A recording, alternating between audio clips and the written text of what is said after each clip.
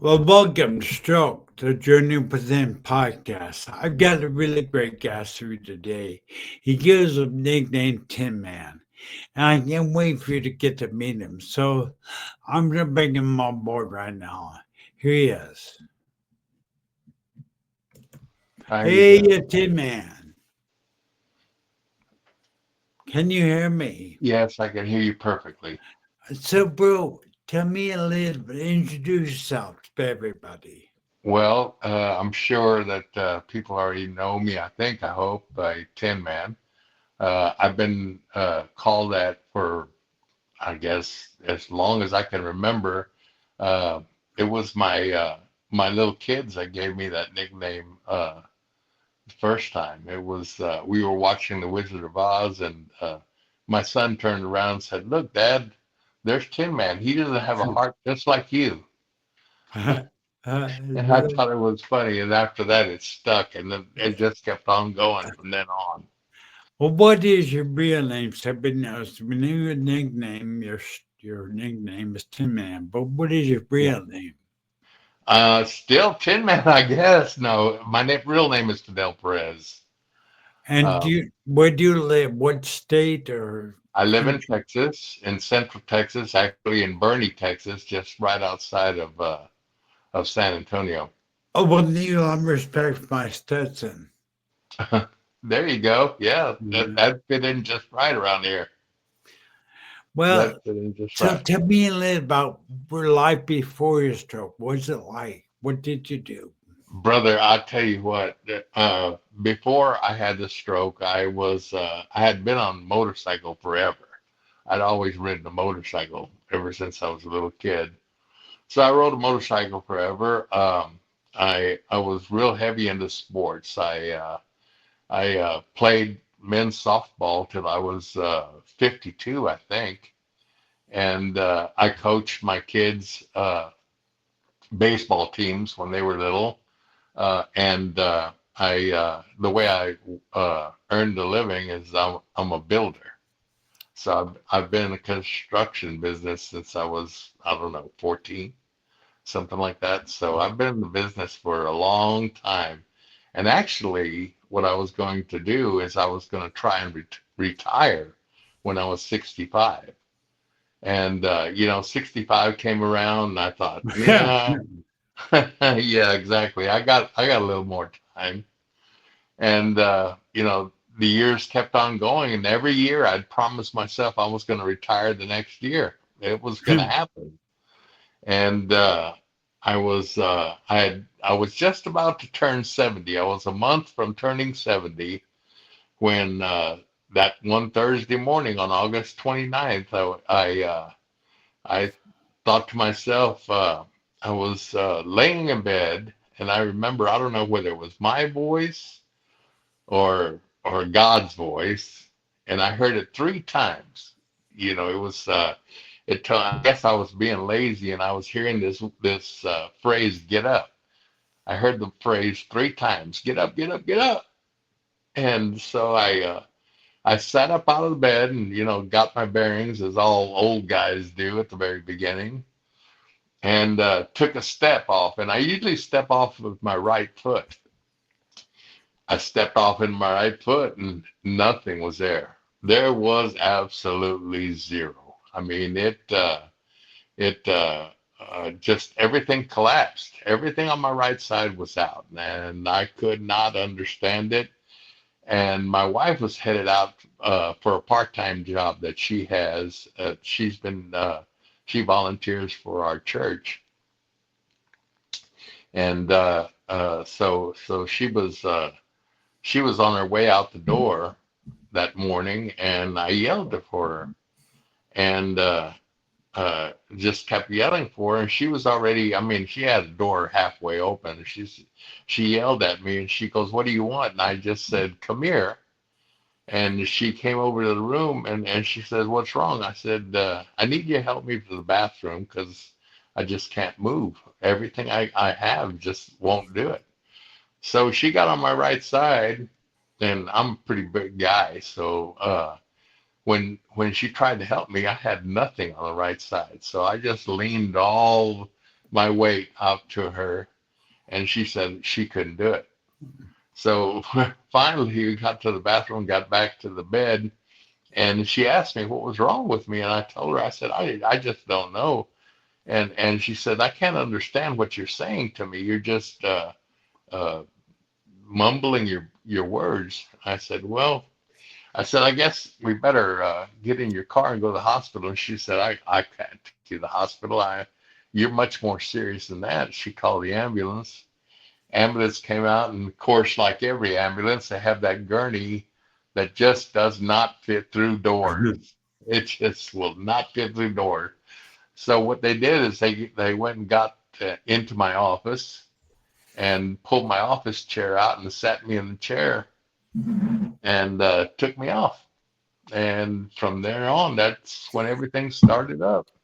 You know, um, I got to the hospital, and here's the best thing of all. Here's the thing that got me the most, and it was right at the beginning, and I would never have heard it before in my life. But my neurologist that was in the emergency room, she took a look at me, and she did all the tests that she could, and took a MRI or CT scan, whatever it is they do.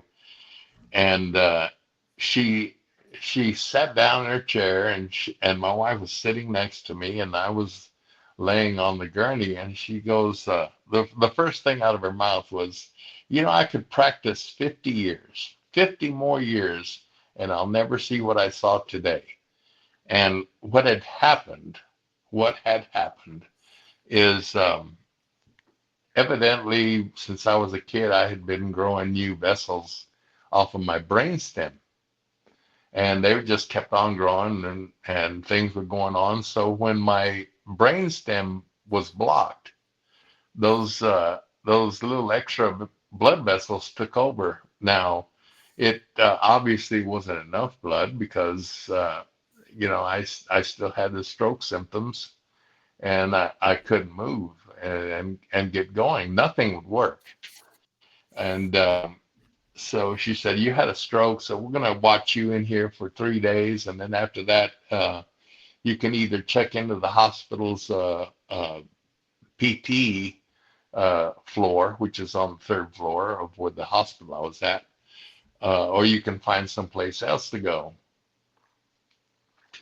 Us hard-headed guys, I said, no, there's no way. Get me, take care of me. Uh, I'll do the 3 days, and then I'll get out of here, and I'll work on getting better by myself, I thought. And my wife talked to me, and she says, this is pretty serious. I don't think you can do it at home. And I said, no, I can. I'm going home. There's no way I'm going to stay here. And so my wife, being my wife and a lot smarter than I am, Mine she, too. Yeah. she decided to tell my daughter. And she knows the relationship I have with my daughter. It's like, like every father has with their daughter, or mostly, whatever she says is truth, and you're going to do whatever you can to please her. She came up to the hospital, and she said, Dad, I really wish you would stay. And Oh, hold on. I'm not sure what happened. there you go. Okay. There we go. That Okay. I lost, I'm gonna just go home and do it. And she goes, I really wish you'd change your mind and stay here.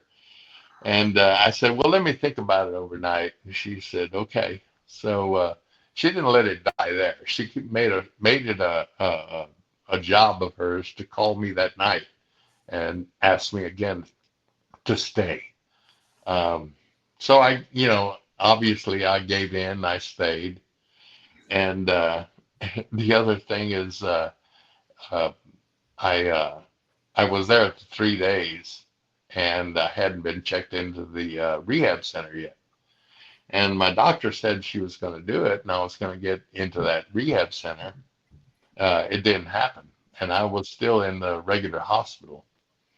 Um, the next day, the nurse came to my room and she was checking me out and giving all these tests, and uh, everything started from there. I mean, I don't know. We just when they started doing things, I started getting treatment, and um, it was the it was all a godsend, I tell you, because I don't think I would have made it out of there. I know that doctors told my wife that it's a good thing that I'm still alive. Um, but anyway, I the 3 days passed and I wasn't hearing anything, just like every doctor's office or hospitals. And I told the nurse that was applying a test at the time. I said, "Look, I know this is not your rodeo. This it's you're not in charge here, but the doctor who is in charge, I haven't seen her, and if I don't see her in the next day or so, I'm just going to pull everything out and walk out the door." And, things were Hmm. moving a little too slow. Well, Lord and behold, come that afternoon, the doctor showed up and she says, "Well, we're going to take you down to the third floor and get you all set up." So that afternoon, I went home. I mean, not home, but I went down to the third floor. There, I stayed an extra 15 days. That's what they put me on. They put me on 15 days, and I did the whole treatments, everything. The people there were great. They taught me a lot of stuff and got me fixed up. And I tell you, I can't remember the first day I was there. They tried to see if I could walk, and that wasn't going to happen. So they put me in a wheelchair and took me to the gym that they had and started evaluating me. And the funniest thing, they said, "I want you to stand here." I guess you've heard of the Berg test, where they had me stand up straight and make a 360. I got about 345, and the floor came up to me. It just came up to me, and I went down. So they said, "Well, I guess you can't walk yet." So they marked that down. Um, the next day, the nurse. This is the funny part. This is where I tell you that God had everything to do with me getting better, because if this is going to go a while, I'll tell you the position I'm in right now is I can walk. I've got balance, and it's not the greatest balance, but it's pretty good. And the only thing I have left over is a touch of aphasia. As you can tell, sometimes I'll have trouble getting my words out. Um, but the next day, the nurse put me on this machine. It looked like a engine hoist. You know, those kind we used to use to fix the cars and pull the motor out. It's kind of Oh yeah, you can roll it around. Well, they that's what. call they call it a Hoyer lift. Okay, the Hoyer left. Uh, so they put me on there and hung me on. I was hanging on there, and my feet were touching the ground, and I was trying to walk, and I still couldn't walk. I mean, it's the weirdest thing. I tried to make the machine go straight, the machine go off to the wall. So I wasn't having very much luck with that. But the funny thing is, that day I had a hard time walking. The next day, my PT girl, she knows who she is, Christine. She put me in a walker, and she asked me to take a couple of steps with the walker and rest. And she followed me with a wheelchair. Um, I didn't walk very far. Uh, I did use the wheelchair, but you know what she was making me do, and I thought it was very smart. Every time we had to go to the gym, she put me in the wheelchair, and she stand there arms crossed and look at me while I was in the chair. And I would say, well, I'm ready. You can just get behind me and push me. She goes, no, I'm not going to push you. You're going to take yourself. So I used my legs to get to the gym.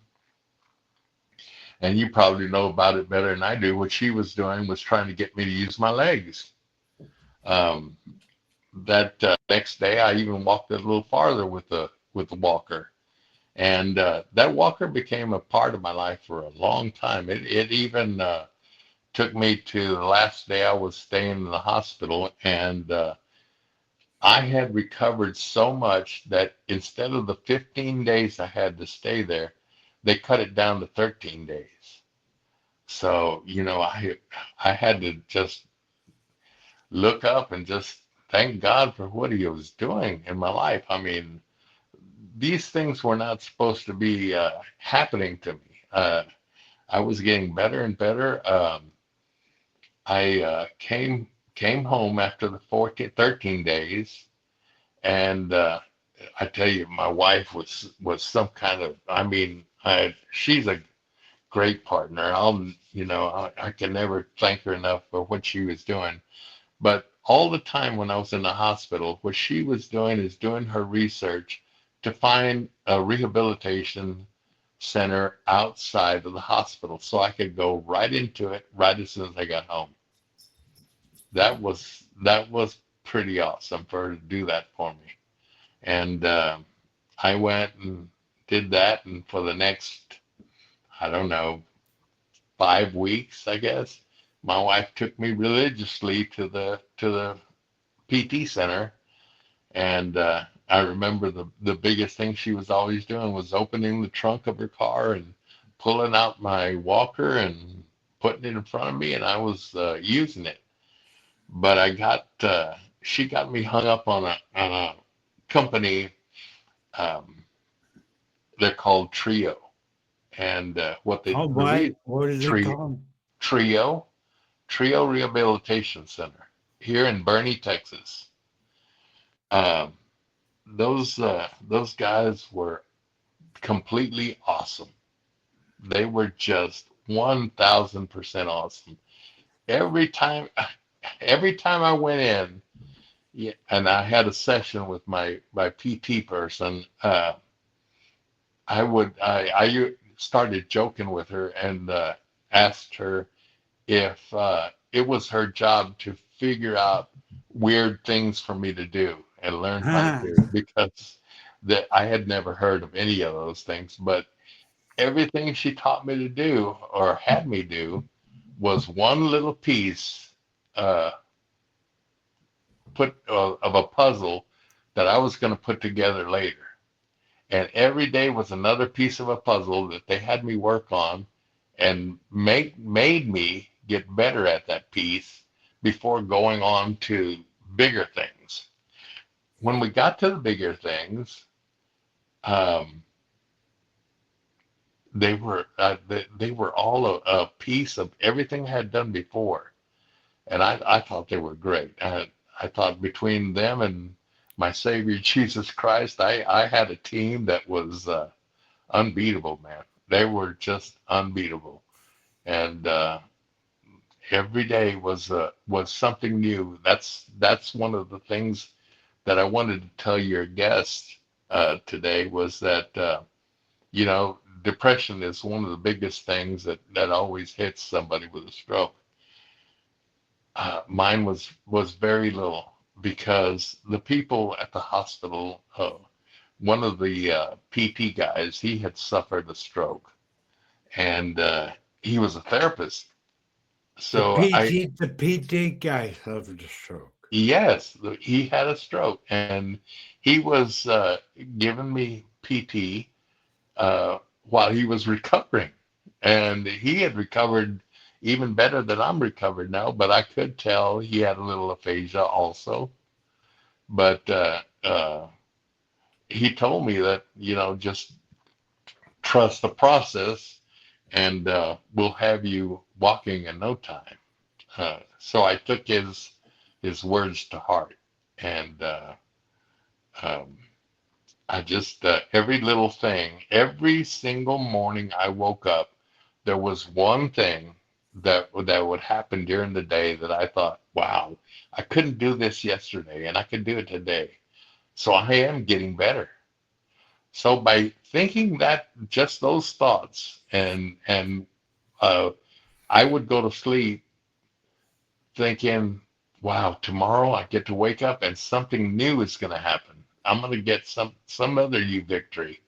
Now I'm talking about victories that may not be a lot to some people, but when I first the first victory I talked about it yesterday.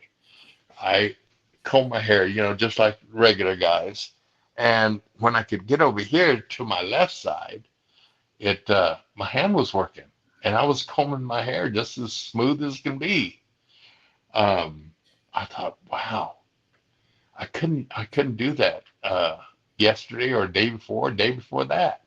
I would transfer the comb into the other hand and get this other side done. But the right hand was working, and my Wow. right arm was using. Uh, so I just celebrated that.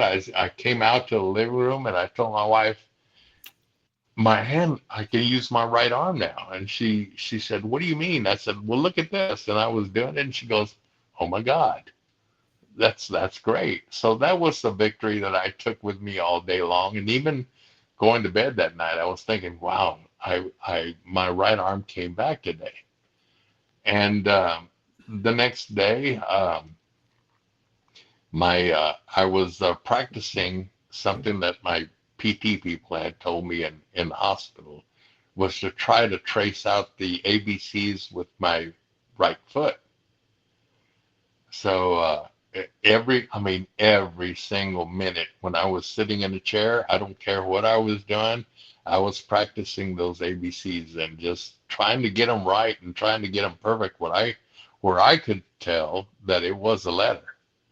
And one day I was trying it out and I went all the way to Z and had no problems. That was another victory. And I was just happy as can be. I told my wife about it. I celebrated all the way till the time I went to bed, and that that same thing happened every single day. Every single day, something new was happening. I don't care what it was, whether I could pick up something off the floor, whether I could get up off the chair a little easier. There was just so many different things that was happening and victories that I had no time. I had no time for the depression. It would never get me, and I thank God for that.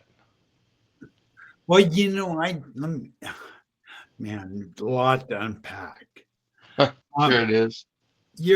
for people that don't know, I'm gonna put a link to a short I made on Tin Man's journey and what kept me spot I'm about to touch on right now.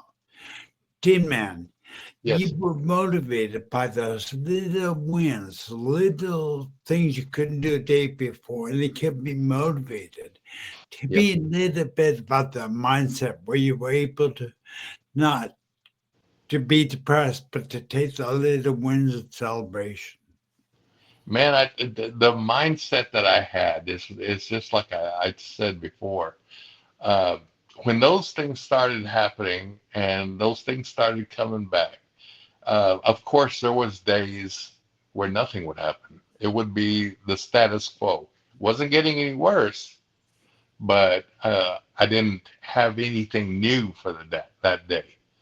And just I would get a little disappointed, but as soon as I felt that little disappointment come into my head, as soon as I felt that, I thought, you know what, I can have a day off. It doesn't matter if I recover enough or if I something new comes up. It doesn't matter. I'm gonna rest today and practice what I had, what has come new to me, and take care of that. And so when when those thoughts came into my head, I addressed them right away, and I got rid of them.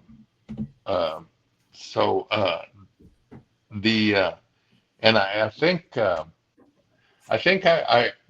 because of my faith, um, I turned out a little lesson yesterday for um, for a live audience if they wanted to hear it. Um, I was talking about Jesus being in the desert for 40 days, and on the 41st day, he told the devil to take a hike. Moses' people, they wandered in the desert for 40 years, and on the 41st year, they went into paradise. So my point of that story was that about this mindset of wanting to quit. What if those people would have said, it's been 40 years, we're not going anywhere. Um, we're just going to quit. We're just going to make our home right here, and we're not going to worry about.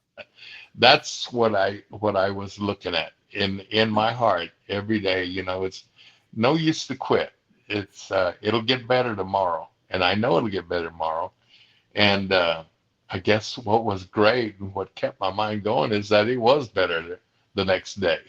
I started the day with a new mindset. I had some confidence that something was going to happen. I think my biggest thing was last week. I was thinking, okay, I haven't done anything brand new. Something is not, I think I can do something else, especially for my balance.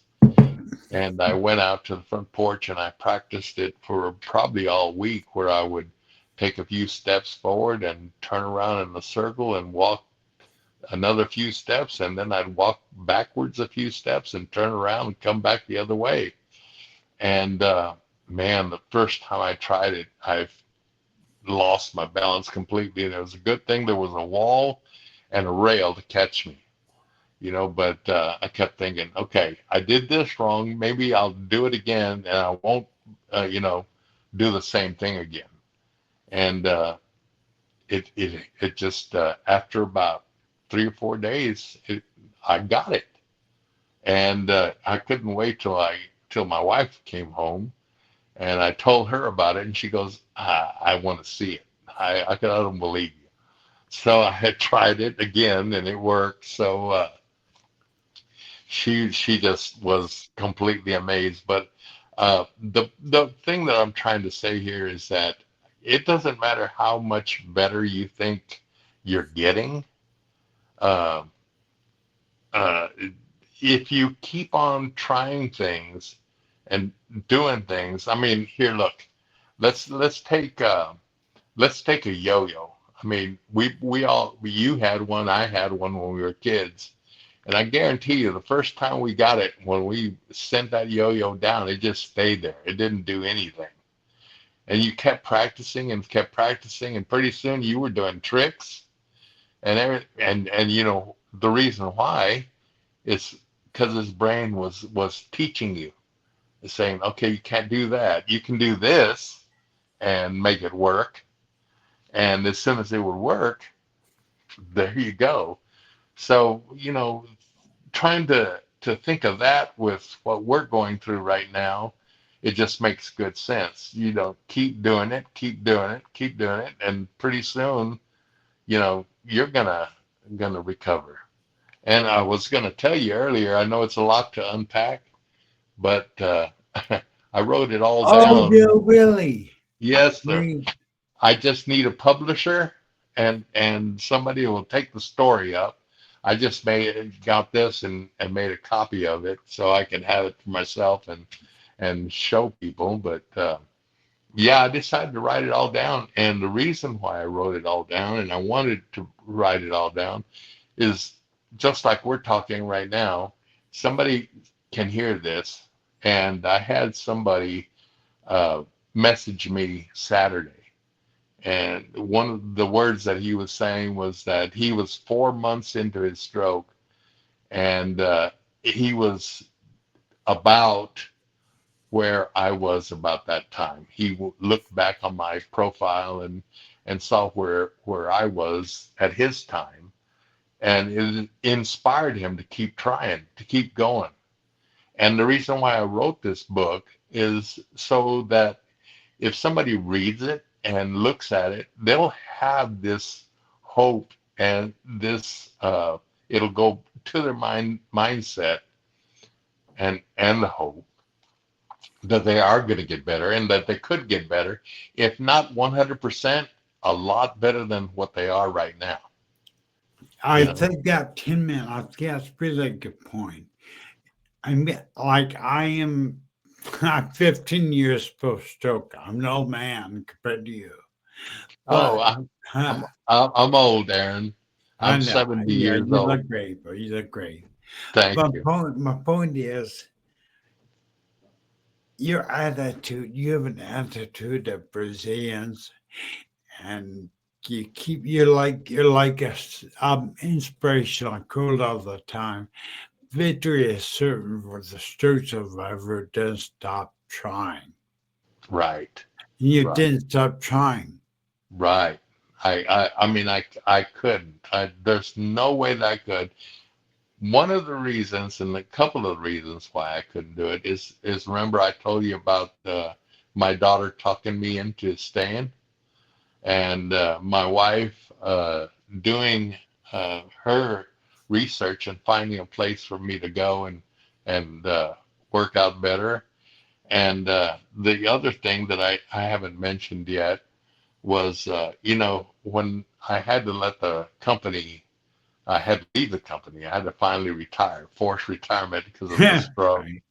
Right. But my son had been working for me for 10 years already. And that kid just took up where I stopped. I Yeah. mean, he handled the whole thing. Now I made him president of the company, and the only thing I do now is uh, do my gardening, sit around the house, and do things around the home because there can be plenty to do around the home, and take his phone calls whenever he has a question about something. So I mean, what more can you ask for? Not You know, much. I mean, there really. there Well, is. from Tim Manward, it's only a 30-minute podcast, but I do want you to do one thing for me.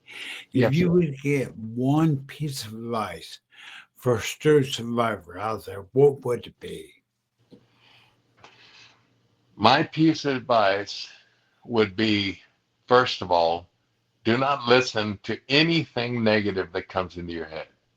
It's just an idea. Idea isn't real.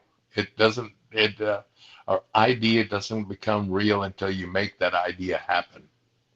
So just put that out of your head and do your work.